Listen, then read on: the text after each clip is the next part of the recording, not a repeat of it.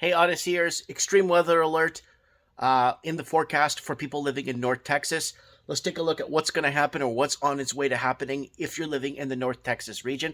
Please share this video, get this out there, and we're going to take a look at why it's gotten to the point where it's at right now, where Texas, of all places, the energy capital of America, is having a tough time keeping their citizens warm. Well, here it is, guys. This is the weather notice that's out. Winter weather updates. Ice and snow cause power outages and traffic issues across North Texas.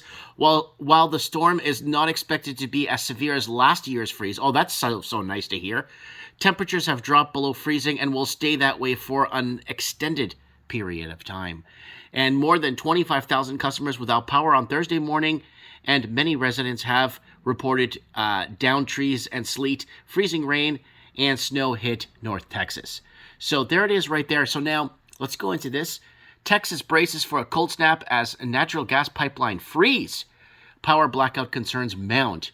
So this week, temperatures will dive below freezing. Texas officials have reassured the public numerous times that the primary grid operator for Texas, the Electricity Reliability Council, will have the capacity to supply energy to households and businesses as heating demands increase. Now, why does this happen? Why? Well, it started during the Obama administration. When Obama was president, he wanted to go green. He had things in mind. So we dug up an article from, 2009? Here she is. So, no, that's from 2014. Let me find the actual, there it is. Obama administration's carbon cap and trade program. The Obama administration is developing a cap and trade program for reducing carbon dioxide emissions. This is an important development, blah, blah, blah, and renewable energy. It's a bunch of garbage. We know that, right? So here it is. Money that will be collected from the initial sale of carbon credits, $78.7 billion in the first year of 2012, is included in the president's federal budget. By 2019, revenues from the cap and trade expected to exceed $525 billion. So what this did, fast forward in 2022, it actually bankrupted a lot of the coal energy producing plants. Even though they've made coal very clean, very effective, very efficient, they want to show the rest of the world that they could get this. That's why the coal plants in Texas, they don't want to produce more energy than they could sell because they're going to have to pay carbon credits on the caps. So it's no way to cap it out, and there's no way to expense it through tax.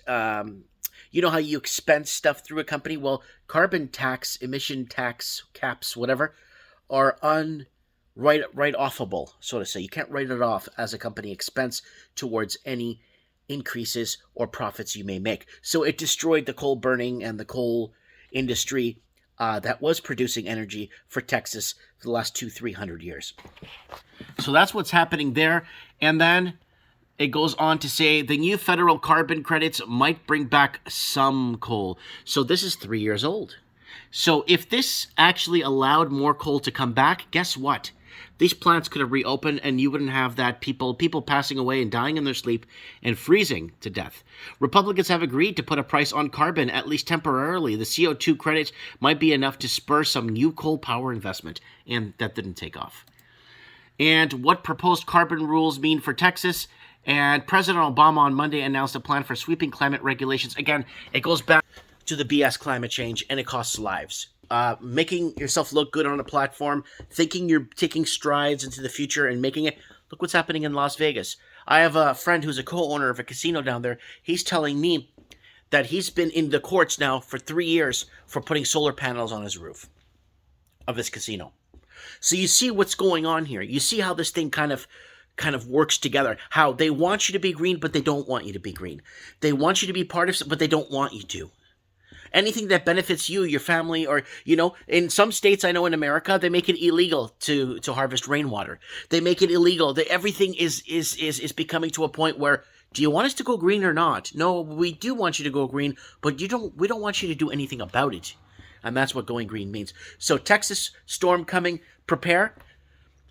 Get your food ready, because remember, prepping, food. Get peanut butter, get canned food. Make sure you have a backup gas stove with one of those couple of butane, those little bottles. Heck, get a big one from get gas in your barbecue. bottles, your barbecue tanks for your barbecue outside. Get gas in there, so this way, if you have to go outside, sneak outside and get the barbecue fired up, you could do that still, right? So get those little indoor gas things. Don't depend too much on electric, because if that goes down, it becomes a problem. Make sure you have a lot of dry food, stuff you can put away, because every year now going forward in Texas, I'm going to be recommending people to start storing stuff under their bed, because you don't see it, so you don't eat it. So if there's an emergency, you know you got a 6-month supply worth of food sitting under your bed of dry food and canned goods that no one will touch, or no one will know you have it. Prepare, guys. Have a water catching facility or something in your house to melt snow in case the water or the pipes freeze and go out. Lots of stuff we could talk about. We had tons of Mike in the Nights. We had Alaska Prepper on the show on Mike in the Night several times, discussing preparedness and preparation. Let me know what you guys think. Texas deep freeze. Share this video. Get this out there. Mike Martins here. I have spoken.